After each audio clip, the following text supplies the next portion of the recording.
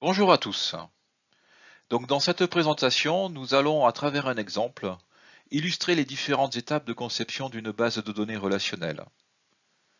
Pour ce faire, nous allons suivre une approche inspirée de la méthode Meurize.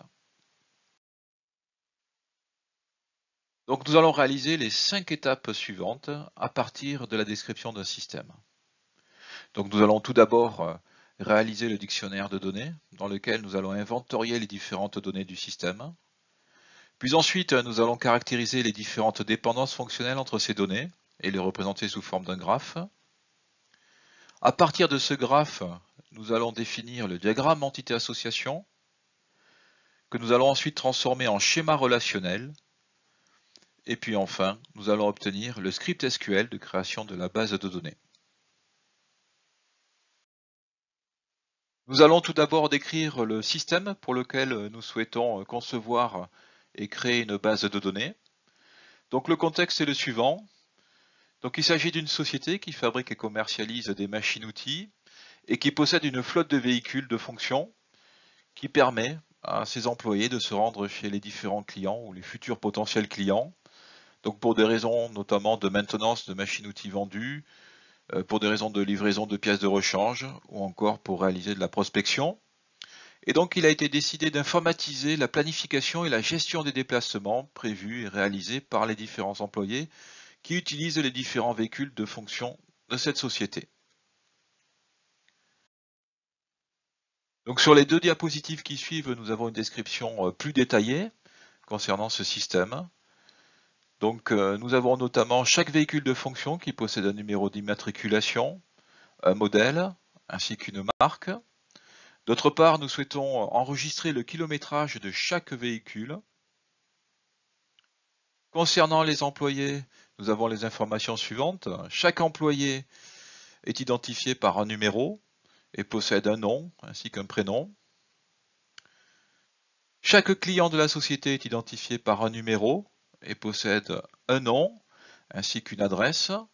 Donc l'adresse se décompose de la manière suivante. Donc nous avons pour chaque adresse un numéro de voie, un nom de voie, un code postal ainsi qu'une commune.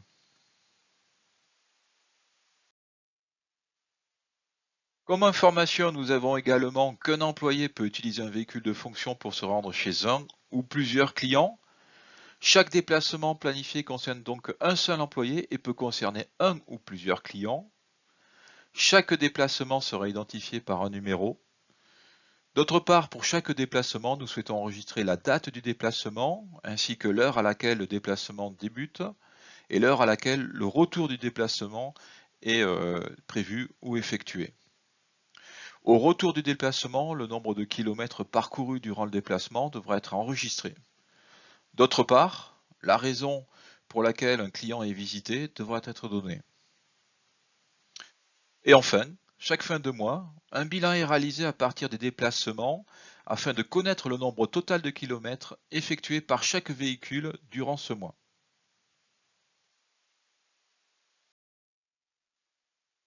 Donc à partir de cette description, nous allons débuter notre démarche de conception. Donc dans une première étape, nous allons définir le dictionnaire de données dans lequel nous allons inventorier les différentes données du système. Le format du dictionnaire de données que nous utiliserons est le suivant, donc un tableau formé de 5 colonnes, avec en première colonne le nom de la donnée, le code de la donnée.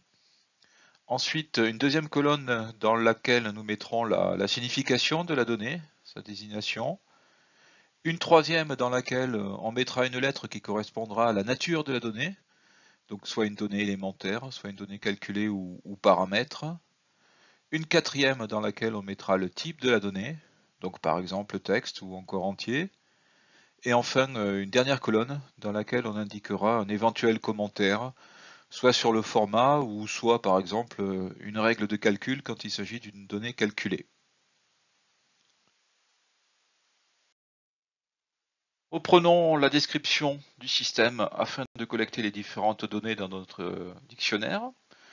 Donc chaque véhicule de fonction possède un numéro d'immatriculation, qui est une chaîne de caractères composée de 9 caractères, donc avec 2 lettres majuscules tout d'abord, puis un tiret, 3 caractères numériques, un tiret et 2 lettres majuscules. J'ai donc introduit une première donnée que j'ai appelée num imv, qui correspond à ce numéro d'immatriculation.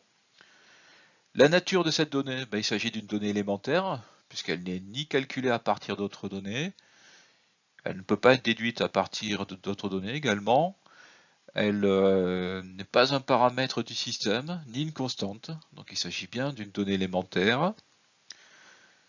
Comme il s'agit de chaîne de caractères, j'ai indiqué comme type texte, et enfin dans la colonne commentaires, j'ai indiqué le format de cette chaîne de caractères, en spécifiant qu'il s'agissait d'une chaîne de caractères composée de 2 lettres majuscules, puis un tiret, 3 caractères numériques, un tiret, et enfin 2 lettres majuscules.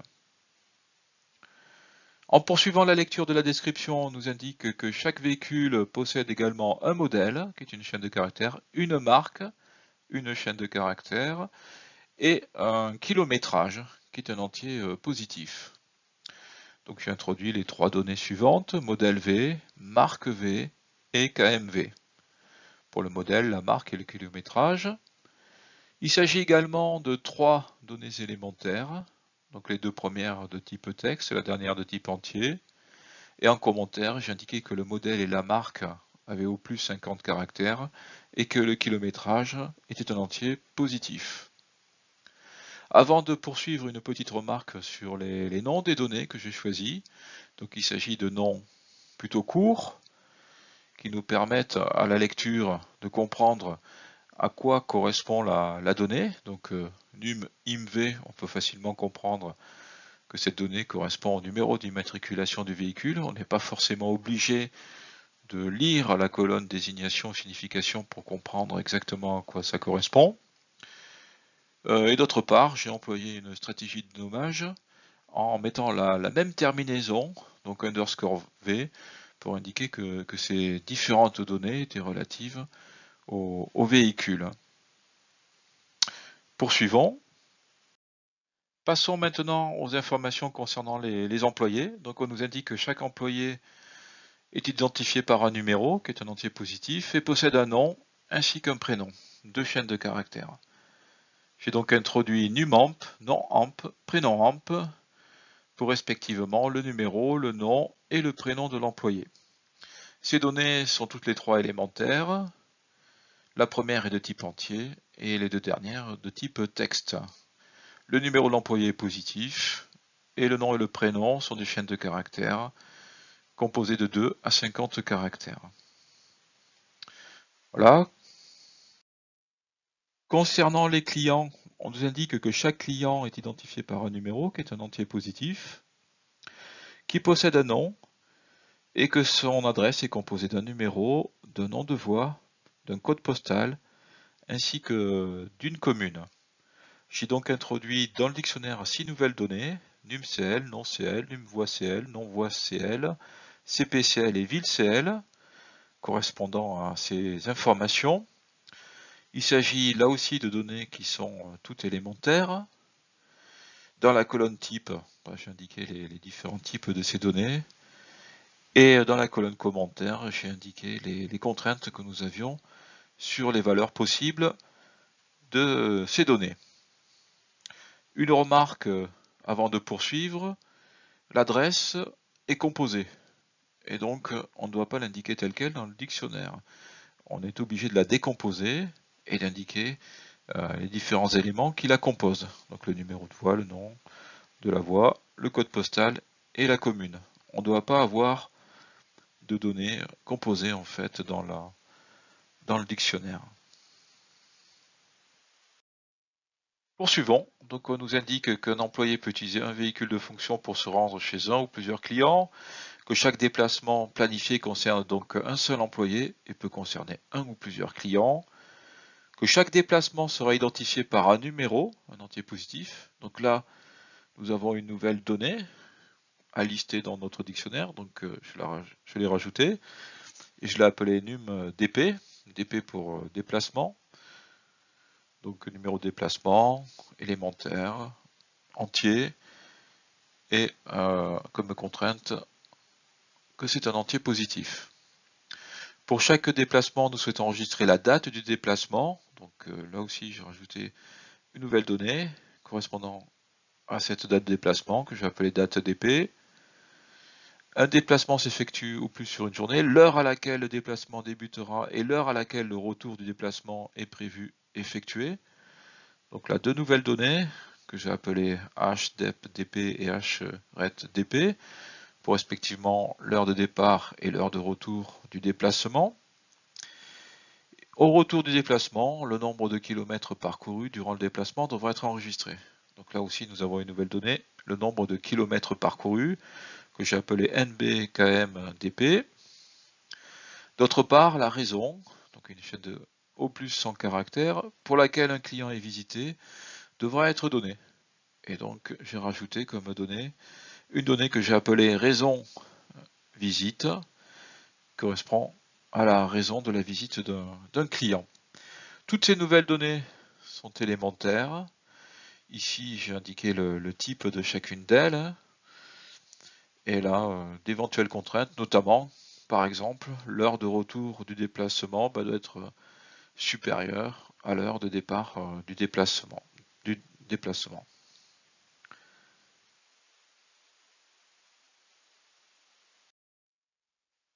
Pour terminer, on nous indique qu'à chaque fin de mois, un bilan est effectué à partir des déplacements effectués dans le mois afin de connaître le kilométrage total effectué pour chaque véhicule.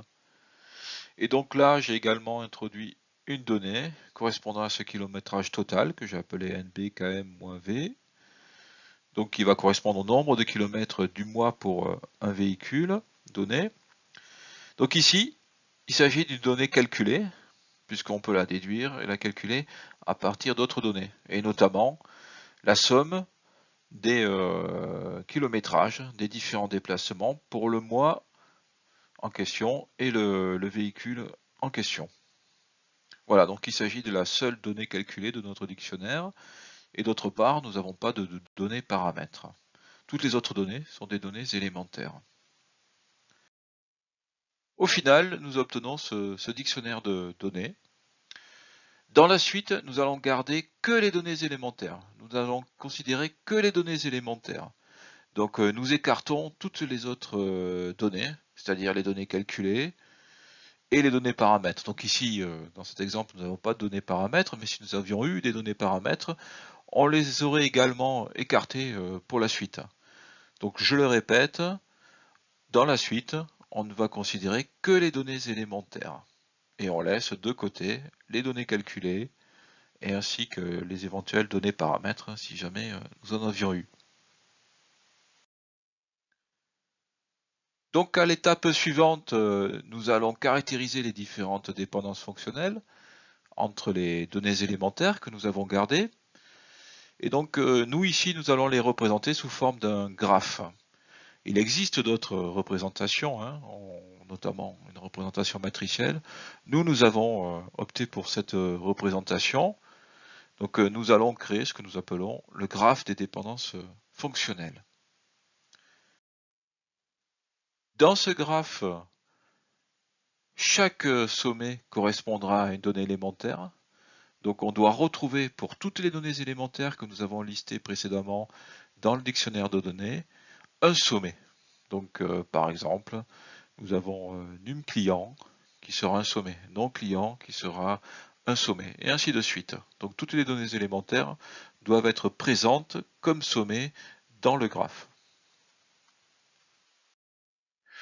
Je rappelle avant de poursuivre qu'une dépendance fonctionnelle est une propriété qui lie plusieurs données, et que par définition, nous avons une donnée B qui dépend fonctionnellement d'une donnée A, dans le cas où pour chaque valeur de la donnée A, on a au plus une valeur de la donnée B qui est associée.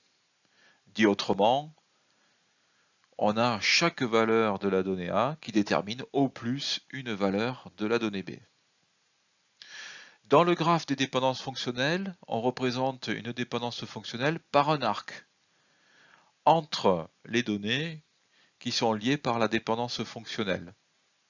Donc l'arc part de la source de la dépendance fonctionnelle vers le but de la dépendance fonctionnelle.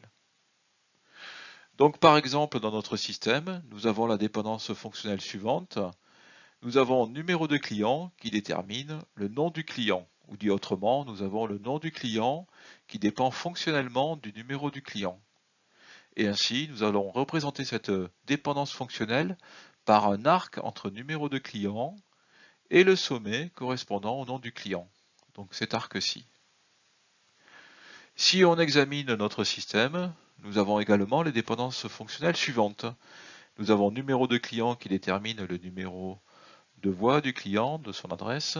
Nous avons numéro de client qui détermine le nom de la voie du client. Nous avons le numéro du client qui détermine le code postal du client. Et enfin, nous avons la ville du client qui dépend fonctionnellement du numéro du client. Nous avons également le numéro d'immatriculation du véhicule qui détermine la marque du véhicule. Nous avons le numéro d'immatriculation du véhicule qui détermine le modèle du véhicule. Et nous avons aussi le kilométrage du véhicule qui dépend fonctionnellement du numéro d'immatriculation du véhicule. Nous avons comme autre dépendance fonctionnelle le numéro de l'employé qui détermine le prénom de l'employé, ainsi que le numéro de l'employé qui détermine le nom de l'employé. Nous avons aussi le numéro du déplacement qui détermine la date du déplacement, qui détermine aussi l'heure du déplacement, l'heure de départ. Nous avons également l'heure de retour du déplacement qui dépend fonctionnellement du numéro de déplacement. Et enfin, le nombre de kilomètres effectués lors du déplacement qui dépend du numéro de déplacement. Donc voilà, nous avons ces différentes dépendances fonctionnelles et chacune d'elles est représentée par un arc entre les données correspondantes. Donc entre la source et le but de la dépendance fonctionnelle. Ici, il s'agit de différentes dépendances fonctionnelles simples, dans le sens où la source est constituée d'une unique donnée. Plus tard, nous verrons qu'il existe aussi des dépendances fonctionnelles où en partie gauche, dans la partie source de la dépendance fonctionnelle, nous avons plusieurs données. En reprenant la description du système, on nous indique qu'un employé peut utiliser un véhicule de fonction pour se rendre chez un ou plusieurs clients. Chaque déplacement planifié concerne donc un seul employé et peut concerner un ou plusieurs clients. Donc à partir de cela, nous pouvons en déduire que pour chaque déplacement, nous avons un seul employé qui est associé et qu'une seule voiture. Et donc nous avons les dépendances fonctionnelles suivantes. Nous avons le numéro d'immatriculation du véhicule qui va dépendre fonctionnellement du numéro de déplacement, puisque chaque numéro de déplacement permet de déterminer un numéro d'immatriculation de véhicule. Et d'autre part, nous avons également le numéro de déplacement qui détermine le numéro de l'employé. Numéro de l'employé qui a emprunté la voiture pour effectuer le déplacement. Voilà donc deux nouvelles dépendances fonctionnelles simples. Nous allons maintenant caractériser une dépendance fonctionnelle un peu plus compliquée qui concerne la donnée raison visite, la raison pour laquelle on visite un client. Donc si on considère de nouveau la description du système, on nous indique que chaque déplacement peut concerner un ou plusieurs clients. Donc si on considère la donnée qui correspond à la raison pour laquelle un client est visité, raison visite, on a la valeur de cette donnée-là qui ne peut pas être déterminée uniquement en considérant le numéro de déplacement. En effet, si on connaît le numéro de déplacement, ce n'est pas suffisant pour connaître la raison de la visite d'un client, puisque pour chaque déplacement, on peut avoir plusieurs clients qui sont visités. Il nous faut connaître à la fois le numéro de déplacement et le numéro du client pour déterminer la valeur de la raison de la visite, pour déterminer la raison de la visite du client en question.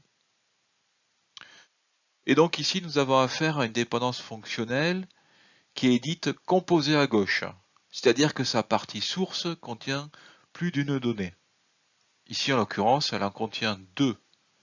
Nous avons la raison de la visite qui dépend fonctionnellement de l'ensemble des données qui est constitué par le numéro du client et le numéro du déplacement. Il nous faut connaître le numéro de déplacement et le numéro du client pour pouvoir déterminer la raison de la visite du client. Et donc en termes de représentation, pour représenter une telle dépendance fonctionnelle dans le graphe des dépendances fonctionnelles, on est obligé d'introduire un nœud intermédiaire. Ce nœud intermédiaire sera relié par un simple trait aux différentes données qui composent la partie source de la dépendance fonctionnelle, c'est-à-dire ici le numéro du client et le numéro de déplacement. Donc on aura le nœud intermédiaire, un trait qui va relier ce nœud-là avec le numéro de déplacement et un autre trait qui va le relier avec le numéro du client. Et on relie ce nœud intermédiaire avec le but de la dépendance fonctionnelle, donc ici raison visite, par un arc, comme pour les dépendances fonctionnelles simples. Donc voilà, donc ici nous avons représenté une dépendance fonctionnelle composée à gauche du numéro de client et numéro de déplacement. Donc la dépendance fonctionnelle, je le répète, suivante, numéro client et numéro de déplacement qui détermine raison visite. Ou dit autrement, raison visite qui dépend fonctionnellement à la fois du numéro du client et du numéro de déplacement. Voilà, au final, nous obtenons ce graphe de dépendance fonctionnelle. Deux remarques avant de poursuivre. La première est que il existe d'autres dépendances fonctionnelles qui sont satisfaites par les systèmes et qui pourtant ne sont pas représentées dans ce graphe. Nous avons par exemple le nom de l'employé qui dépend fonctionnellement du numéro de déplacement, mais que nous n'avons pas représenté dans le graphe. Et ceci du fait que nous pouvons dériver cette dépendance fonctionnelle, et notamment par transitivité ici. Donc à partir de cette dépendance fonctionnelle-là et de celle-ci, par transitivité, nous pouvons dériver la dépendance fonctionnelle qui est que le nom de l'employé dépend fonctionnellement du numéro de déplacement. En fait, dans le graphe de dépendance fonctionnelle, on représente un ensemble minimal de dépendances fonctionnelles à partir desquelles nous pouvons dériver l'ensemble des dépendances fonctionnelles qui sont satisfaites par le système. Comme deuxième remarque, lorsque nous avons un ensemble de données comme celle-ci, qui constituent des parties buts d'un ensemble de dépendances fonctionnelles qui ont la même partie source, ces données peuvent être regroupées dans un seul sommet. Un sommet que nous représentons par un rectangle. Et donc avec cette notation alternative, nous représentons le même ensemble de dépendances fonctionnelles, qui est que le numéro de client détermine le nom du client, que le numéro de client détermine le numéro de voie de client, et ainsi de suite. De la même manière, nous pouvons regrouper ces trois données dans un seul sommet, ces deux données dans un seul sommet, et ces quatre données dans un seul sommet. Voilà, cette notation permet d'alléger la représentation des dépendances fonctionnelles dans le graphe des dépendances fonctionnelles. Nous passons maintenant au modèle conceptuel de données et nous allons créer le diagramme entité-association. Dans un premier temps, nous reprenons le graphe des dépendances fonctionnelles afin de repérer les différentes données sources que nous soulignerons. Donc je le rappelle, une donnée est une donnée source si jamais elle est en partie gauche d'au moins une des dépendances fonctionnelles du graphe, ou bien si elle est en partie droite de plusieurs dépendances fonctionnelles. Dit autrement, une donnée sera une donnée source si jamais elle est en partie source de au moins une dépendance fonctionnelle, ou bien si elle est en partie but de plusieurs dépendances fonctionnelles. Donc ici, en examinant le graphe des dépendances fonctionnelles que nous avions obtenu à l'étape précédente, nous avons le numéro de client, qui est une donnée source, donc nous la soulignons. Donc elle est donnée source puisqu'elle est en partie gauche d'au moins une dépendance fonctionnelle, ici même de plusieurs. Nous avons également le numéro de déplacement, donc on souligne cette donnée. Nous avons aussi le numéro d'immatriculation et le numéro d'employé. Alors il faut faire attention ici, j'ai également dit que les données sources, enfin une donnée pouvait être une donnée source si jamais elle était en partie droite de plusieurs dépendances fonctionnelles. La raison de la visite n'est pas en partie droite de plusieurs dépendances fonctionnelles. Elle est en partie droite d'une seule dépendance fonctionnelle, qui est une dépendance fonctionnelle qui est composée en partie gauche. Donc il faut faire attention, il ne faut pas la considérer comme une donnée source. Une fois que les données sources sont repérées, on va pouvoir créer les différentes entités dans notre diagramme entité-association. En effet, chaque donnée source va donner lieu à la création d'une entité. La donnée source sera l'identifiant de l'entité.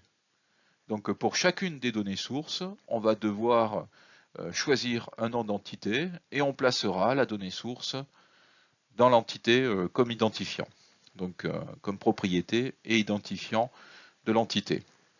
Donc les choix qu'on va prendre comme nom des différentes entités est relativement direct et simple. Pour le numéro de client, on définira une entité qu'on appellera client. Concernant le numéro de déplacement, cette donnée donnera lieu à une entité que nous appellerons déplacement. Pour le numéro d'immatriculation, on appellera la classe d'entité qu'on va créer dans le diagramme véhicule. Et pour le numéro d'employé, nous créerons une classe d'entité que nous appellerons employé. Voilà, donc nous commençons par placer ces quatre classes d'entités sur notre diagramme. Donc la classe d'entité véhicule avec le numéro d'immatriculation comme identifiant, l'entité employé avec le numéro d'employé comme identifiant, l'entité déplacement avec le numéro de déplacement comme identifiant, et l'entité client avec le numéro de client comme identifiant. Dans la suite, nous n'allons plus créer de nouvelles classes d'entités, donc ce seront les seules entités sur notre diagramme. Nous le verrons, nous allons seulement rajouter de nouvelles propriétés dans ces différentes classes d'entités, ou bien rajouter différentes associations. Mais nous ne créerons plus de nouvelles entités.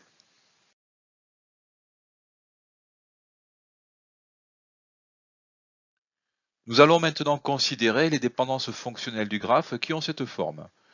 Une donnée source qui détermine une donnée non source.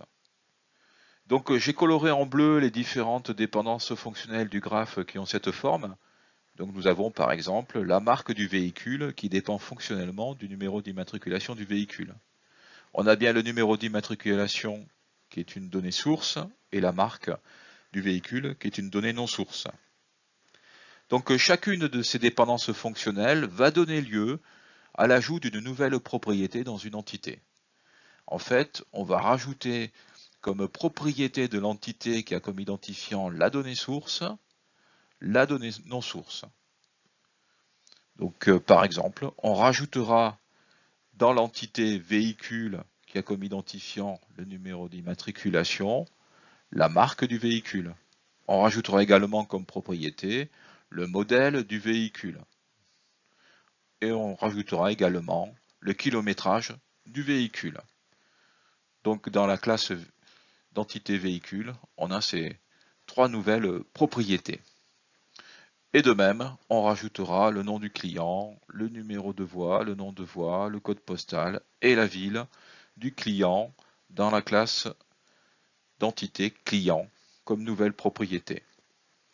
On rajoutera dans l'entité correspondant à NumEmp, donc l'entité employée, le prénom de l'employé et le nom de l'employé.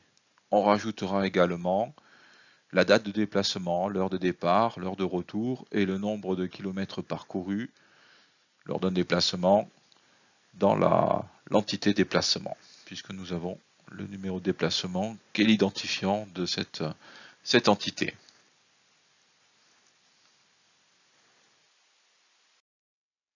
Nous allons maintenant examiner les dépendances fonctionnelles qui ont cette forme. Une donnée source détermine une autre donnée source. Donc j'ai coloré en orange les deux dépendances fonctionnelles de notre graphe qui ont cette forme. Donc nous avons le numéro d'immatriculation qui est bien une source et qui dépend fonctionnellement du numéro de déplacement. Et nous avons également le numéro d'employé qui est une source également et qui dépend fonctionnellement du numéro de déplacement. Chacune de ces dépendances fonctionnelles va donner lieu à la création d'une association dans notre diagramme entité-association. Les associations que nous allons créer seront des associations binaires et chacune d'elles va relier les entités dont les identifiants sont les données sources qui sont reliées dans la dépendance fonctionnelle. Donc nous avons le numéro de déplacement qui est l'identifiant de l'entité déplacement, nous avons le numéro d'immatriculation qui est l'identifiant de l'entité véhicule, et donc du fait de cette dépendance fonctionnelle, nous allons créer une association qui va relier ces deux entités, véhicule et déplacement.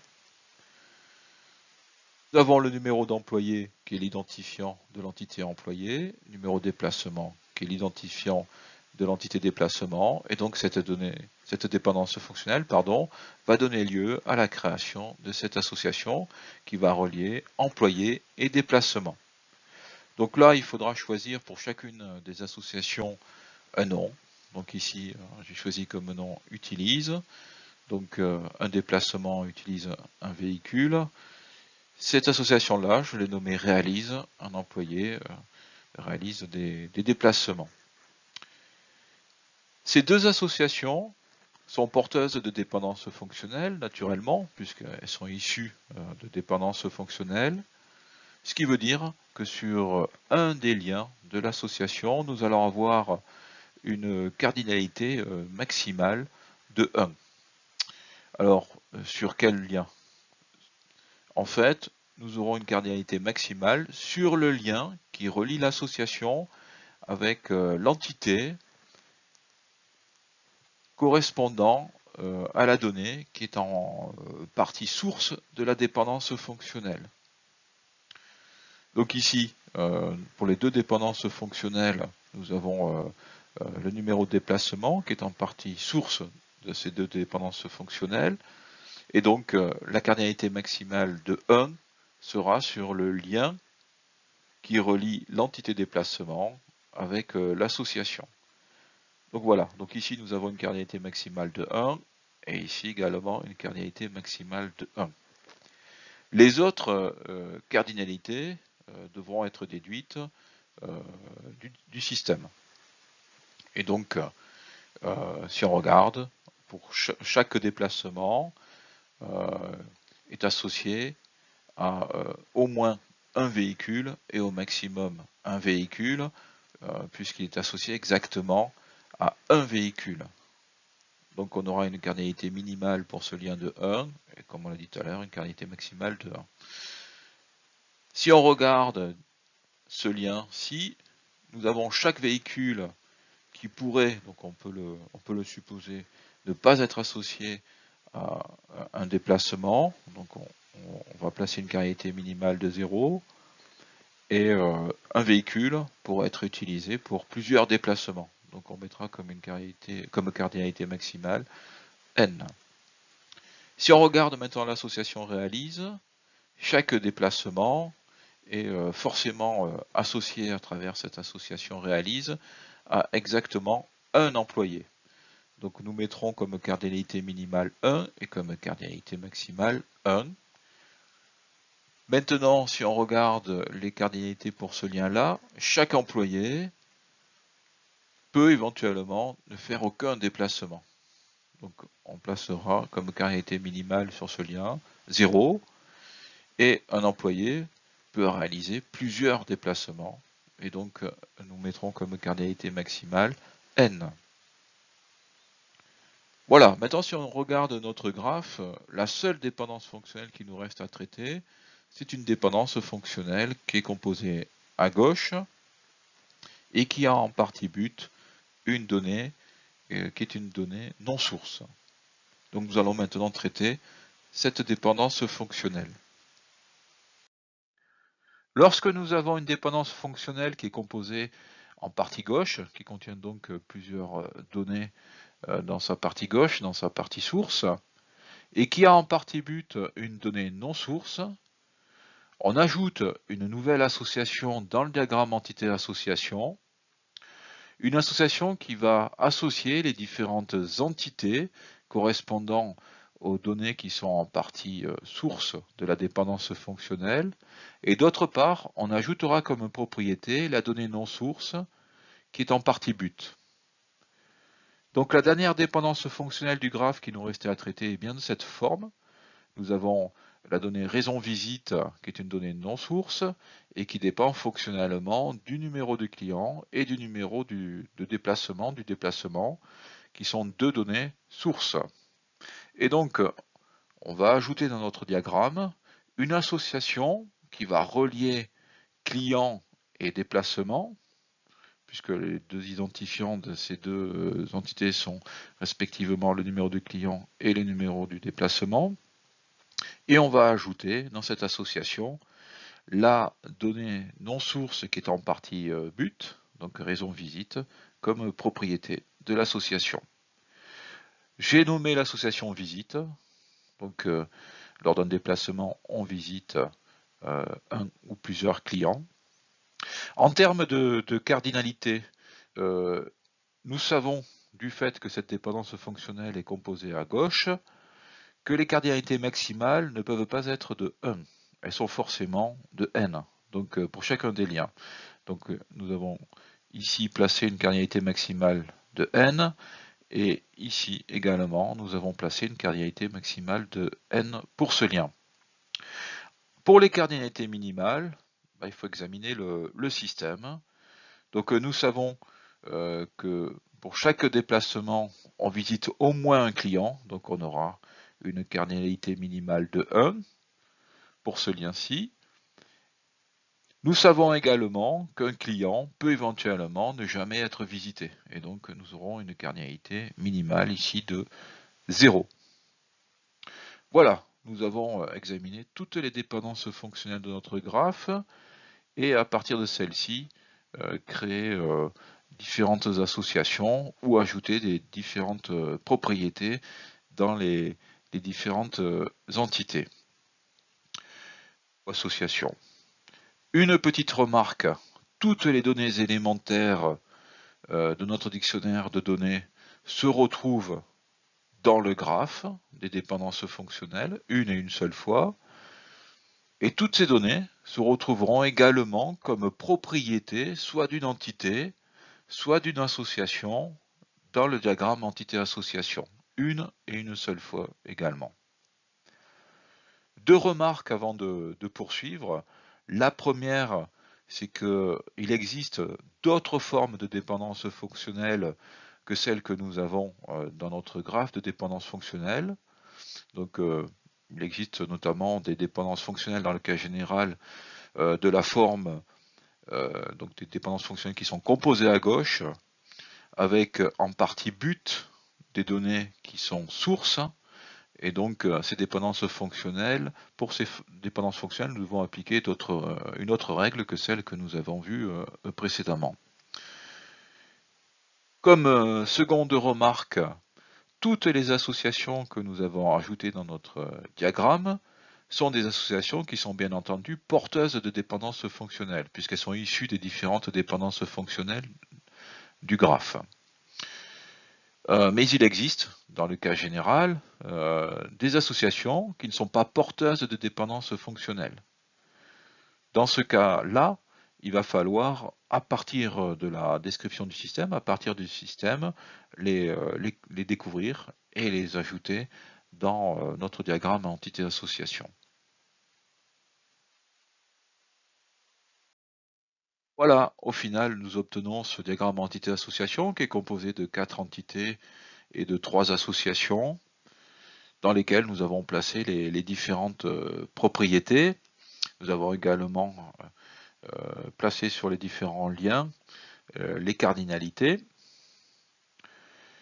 Une remarque, c'est que ce diagramme a été réalisé avec l'outil Looping qu'on peut retrouver sur le web.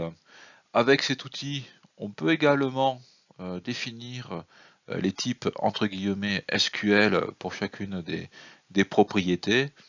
Et donc ici nous avons le même diagramme entité-association, un peu plus étoffé, pour lesquels nous avons placé le type entre guillemets SQL pour chacune des propriétés. Donc nous avons par exemple le kilométrage d'une voiture qui est de type entier, ou bien encore l'heure de départ d'un déplacement qui est de type time.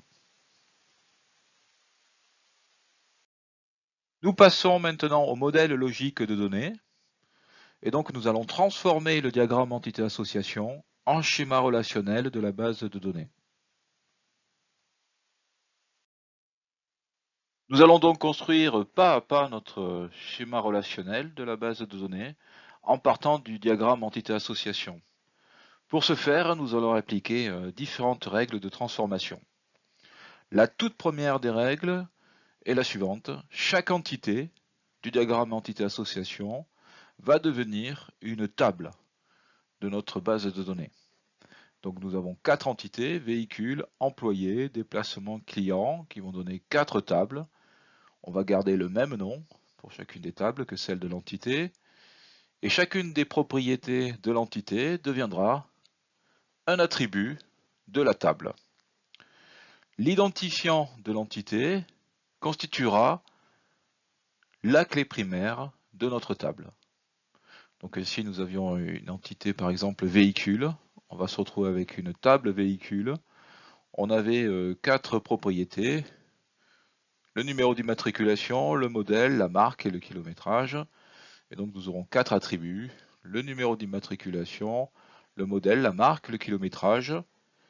Et la clé primaire de la table véhicule sera constituée uniquement de l'attribut correspondant au numéro d'immatriculation, puisque nous avions la propriété numéro d'immatriculation qui était l'identifiant de l'entité véhicule.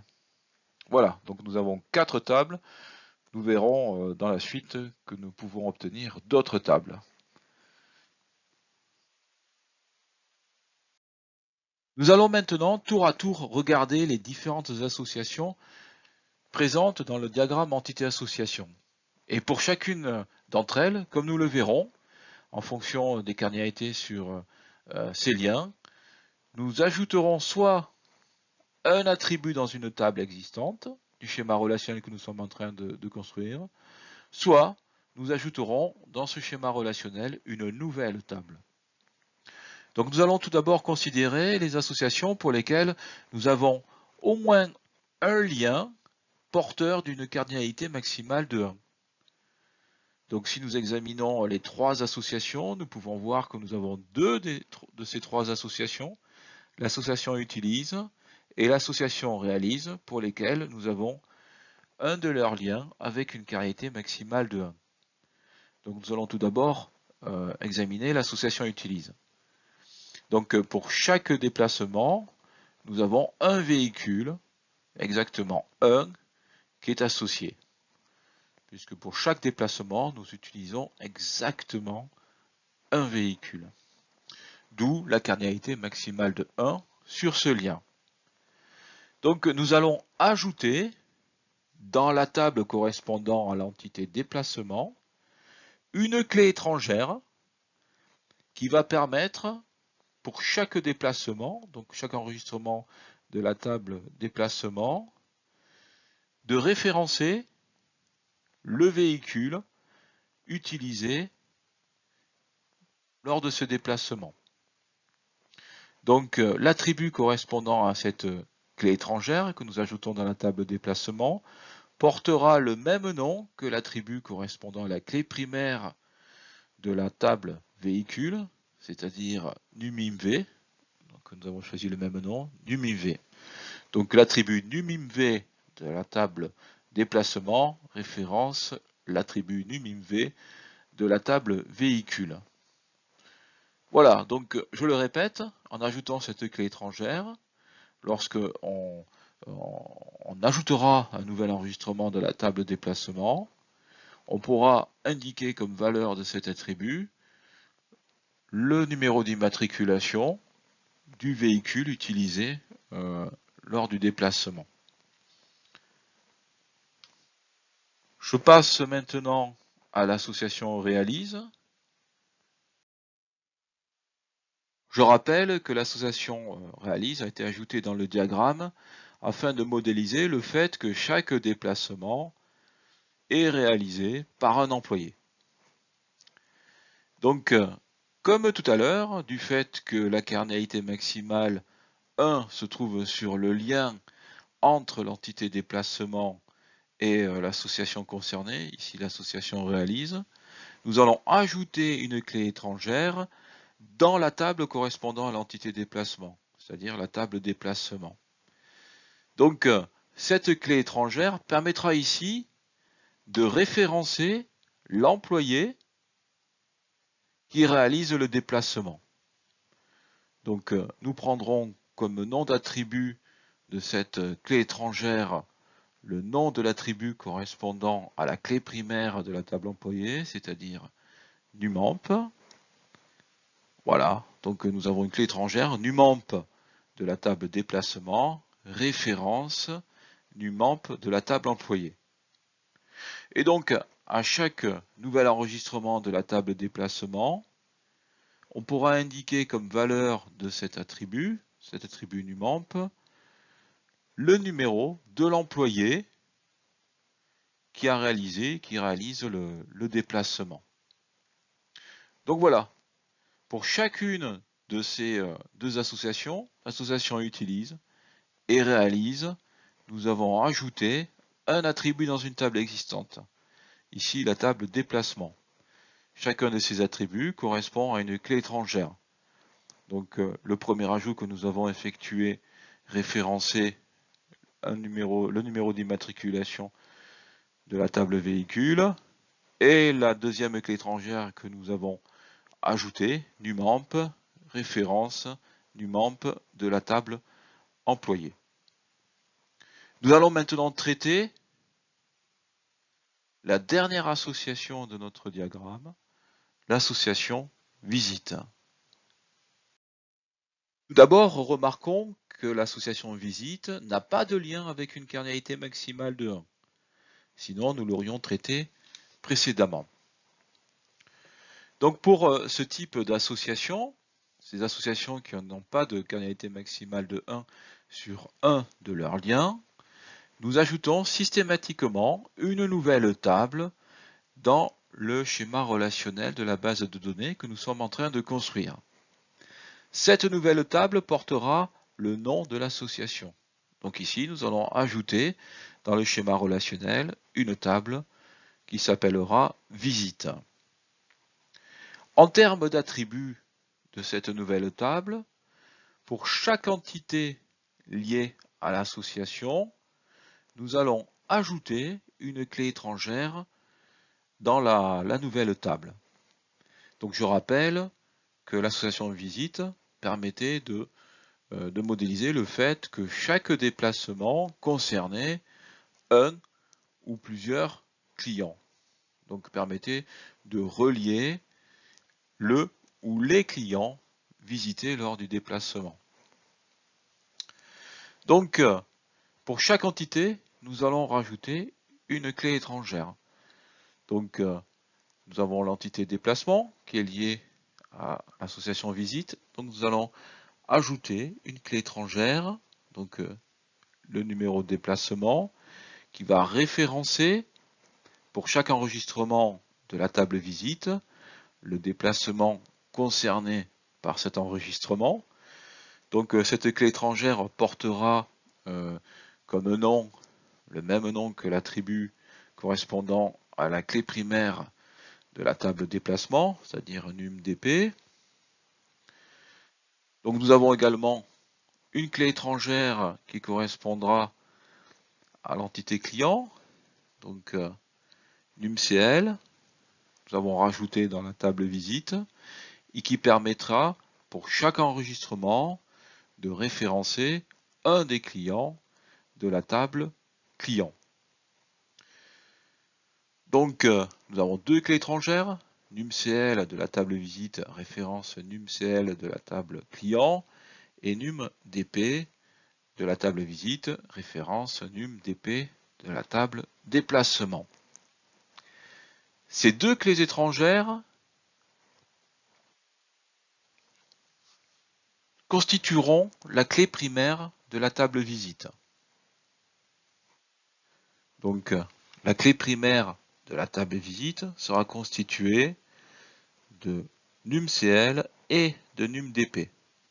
Il nous faut les deux valeurs de ces deux attributs-là pour pouvoir identifier un enregistrement de la table visite.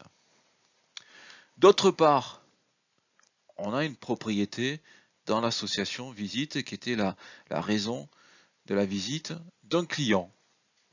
Cette propriété sera ajoutée en tant qu'attribut à la table visite. Donc on garde le même nom, là aussi, raison visite, voilà, qui sera un nouvel attribut de la table visite. Attention, cet attribut ne participe pas à la clé primaire de la table visite.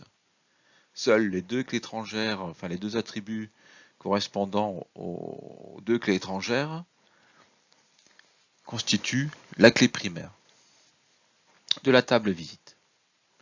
Voilà, nous avons terminé la transformation de notre diagramme entité-association en schéma relationnel. Donc nous avons obtenu le schéma relationnel final de notre base de données. Donc notre base de données sera constituée de 5 tables, la table véhicule, employé, client, visite, déplacement. Pour chacune d'elles, nous avons bien défini une clé primaire. Et pour certaines d'entre elles, nous avons certains attributs qui correspondent à des clés étrangères, donc des attributs qui référencent d'autres attributs d'autres tables. Donc nous avons ici de représenter sous forme d'un diagramme le schéma relationnel de notre base de données. Pour chaque table, nous avons un rectangle qui contient le nom de la table et puis la liste des différents attributs de cette table avec pour chacun des attributs son type. Nous avons également les attributs qui constituent les différentes clés primaires qui sont soulignés. Donc ici par exemple nous avons numImv qui est le seul attribut qui participe à la clé primaire de la table véhicule. Ici par contre, nous l'avons vu précédemment, nous avons numCl et numDp qui sont les deux attributs qui constituent la clé primaire de la table visite. D'autre part, nous avons les clés étrangères qui sont en italique et colorées ici en bleu. Donc nous avons numCl de la table visite qui référence numCl de la table client. Nous avons également numDp qui référence numDp de la table déplacement. Une autre forme alternative que nous pouvons employer pour représenter le schéma relationnel de la base de données est une forme textuelle. Donc celle-ci, où pour chaque table, nous donnons le nom, et puis entre parenthèses, nous listons les différents attributs de la table séparés par une virgule. Donc systématiquement, on met le nom de l'attribut, et puis son type, et pareil que dans le diagramme, de même que dans le diagramme, nous soulignons les attributs qui participent à la clé primaire de la table. Donc ici on a souligné numIv, ici on a souligné numCl et numDp pour la table visite. Et nous avons les différentes clés étrangères qui sont également en italique. Et d'autre part, on a précédé chaque nom d'attribut correspondant à une clé étrangère par le symbole dièse.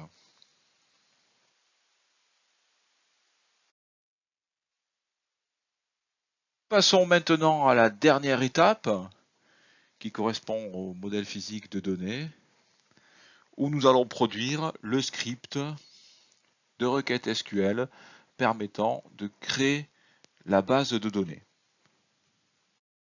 Donc pour chacune des tables du schéma relationnel de notre base de données, nous avons l'ordre de création de la table en SQL.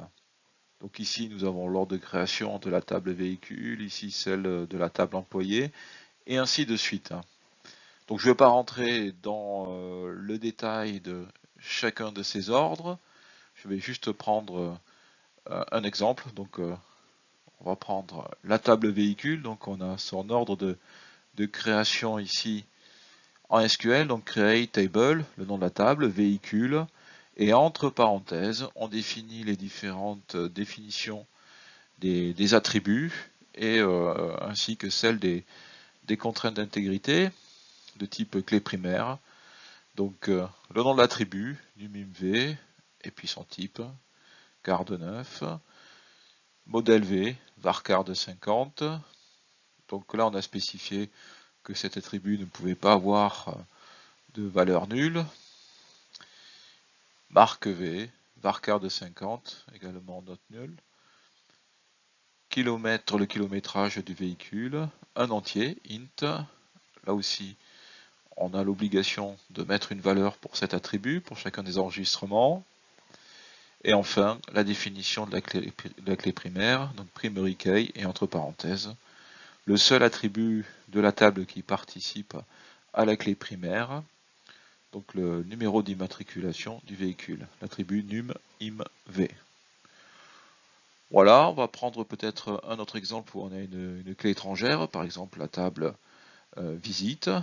Donc dans cette table, on a deux clés étrangères donc, qui sont définies ici avec la clause foreign key, donc foreign key, entre parenthèses l'attribut qui est clé étrangère de la table, donc numCL, le mot-clé references, ensuite le nom de la table référencée, donc client, et entre parenthèses l'attribut référencé de la table référencée, donc numCL. Donc cette clé étrangère pour indiquer que l'attribut numCL de la table visite référence l'attribut numCL de la table client. Voilà, donc dans ce script, nous avons les 5 ordres de création des 5 tables qui composent le schéma relationnel de notre base de données. Nous allons maintenant récapituler les différentes étapes que nous avons suivies pour obtenir au final ce script de création de notre base de données. Voilà, dans un premier temps, nous avons constitué le dictionnaire de données, dans lequel nous avons inventorié les différentes données du système. Donc toutes les données élémentaires, et puis nous avions également une donnée calculée. Ensuite, nous avons défini le graphe des dépendances fonctionnelles, dans lequel nous avons représenté les différentes dépendances fonctionnelles liant les données élémentaires. Donc je le rappelle, hein, à partir de cette étape, on ne considère que les données élémentaires. Donc on a laissé de côté la donnée calculée que nous avions trouvée auparavant. Ensuite, une fois que nous avions constitué le graphe des dépendances fonctionnelles entre les données élémentaires, nous avons réalisé le diagramme entité-association, dans lequel se trouvent différentes entités avec leurs propriétés, et puis des associations qui relient différentes entités avec les cardinalités sur leurs liens. Ensuite, nous avons transformé ce diagramme entité-association en schéma relationnel, et donc là, nous avons obtenu les différentes tables avec leurs attributs, puis chacune des tables, nous avons une clé primaire, et puis différentes clés étrangères qui relient les différentes tables. Et enfin, nous avons créé le script de requête SQL permettant la création de ces différentes tables.